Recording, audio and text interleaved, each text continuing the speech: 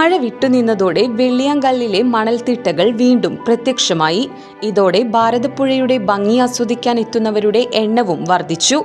ഇതര ജില്ലകളിൽ നിന്നടക്കം നൂറുകണക്കിന് ആളുകളാണ് വെള്ളിയാങ്കല്ലിന്റെ തീരത്തെത്തി പുഴയും പ്രകൃതി ഭംഗിയും ആസ്വദിക്കുന്നത്. വന്നവരെല്ലാം സൂര്യാസ്തമയവും കൂടി ആസ്വദിച്ചേ മടങ്ങാറുള്ളൂ. അത്രയും മനോഹാരിതയാണ് ആ കാഴ്ചകൾക്ക്. പെരുന്നാൾ അവധി കൂടി വന്നതോടെ മണൽത്തിട്ടയിലിരുന്നുള്ള കണ്ണിനും മനസ്സിനും ഒരുപോലെ കുളിർമയേകുന്ന കാഴ്ചകൾ ആസ്വദിക്കാൻ എത്തിയവരുടെ തിക്കും തിരക്കുമായി വെള്ളിയാങ്കല്ലിൽ.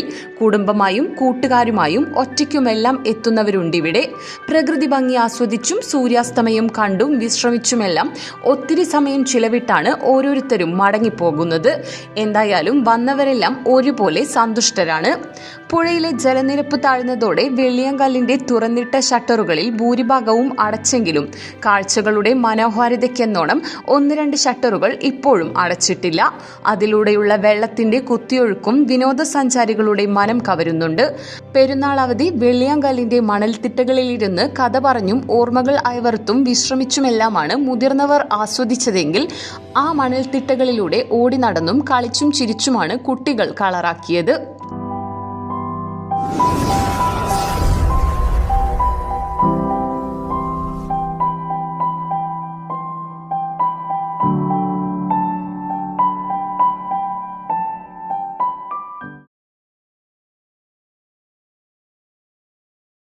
വലിയ ബന്ധങ്ങൾക്ക് ചെറിയ തുടക്കം.